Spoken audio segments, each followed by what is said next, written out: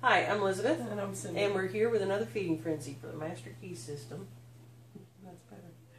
We're on part 4, number 11. I want my job back. You don't get your job back. This time, oh, we're not even on number 11, are we? See, I want my job back.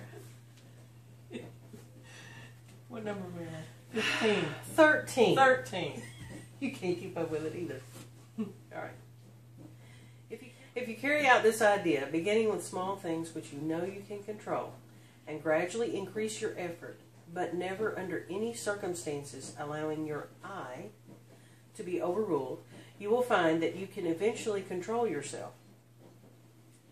And many men and women have found, to their sorrow, that it's easier to control a kingdom than to control themselves. Well, I agree with that one. Do you agree with that? What does it mean if you carry out this idea?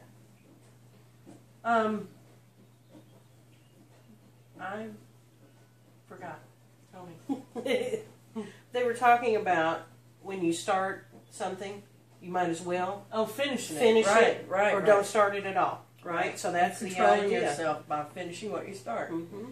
I have a lot of trouble with that. I'll just admit it. I love starting new stuff, Mm-hmm. but I hate finishing it. Yeah, I noticed that. You're the same way. I know, but I was hoping you'd be better at it so I could get good at it. Well, See? I was hoping the same thing. Oh, dang. There's something exciting about starting something, but there's not much exciting about finishing it for me, and it should be. That seems backwards to me. I know. But it's not, and that's why I have a lot of unfinished projects. And used to, back when I would do crocheting and quilting and all that stuff, I had so many started projects, it was pathetic how many were laying around that I never finished. And, you know, it's the same way now with even work projects. I'll get them started and then get distracted, and Don't go part back of my to it. problem, shiny. You know, I'm always looking for the shiny, but even around the house, you know, we start things and then we never finish it. Well, do start you cleaning agree? that garage up. Yes, I agree. Do you agree that if you don't finish it, you might as well have not started it? Mm-hmm. Oh, yeah. Yeah, I see that now, that the closure is really important. Otherwise, your brain gets cluttered. You've got all these little open-ended things right around in your head, or I do. Yeah, I can think of several I've got. And it takes a lot of energy to keep up with all of those. It's like, oh, I've got to finish that. Oh, I need to work. Oh, I need to work on. And by the time my brain knocks around, it almost gets to How overwhelm. many things do you have in your pending file? Oh my gosh! Do you know?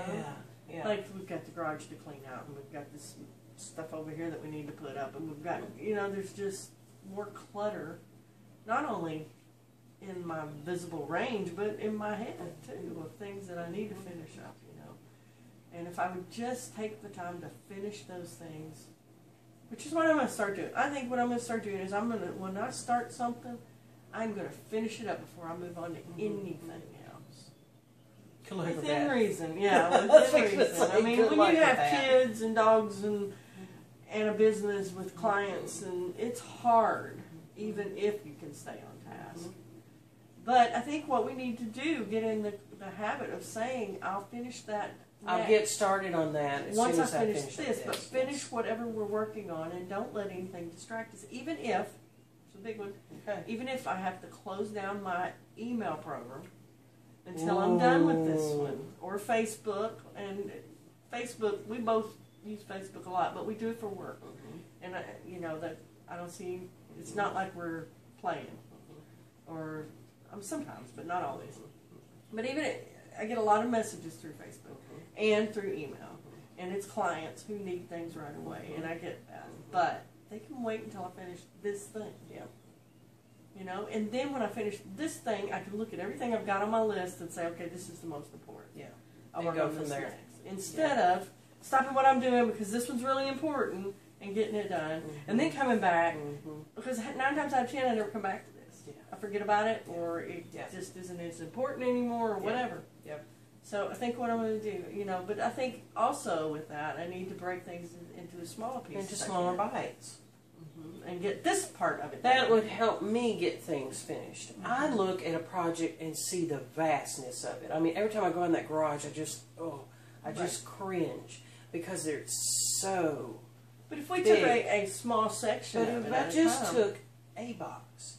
Like sometimes I look at cleaning a house and I think, oh God, it's the whole thing. But if I look at, if I just do this thing, if I spend just this amount of time on it, I think I'll be more successful at it. Right. What about So if you? you got one box and you didn't quit on that until you finished that box, you don't have to finish the whole garage, just the one box.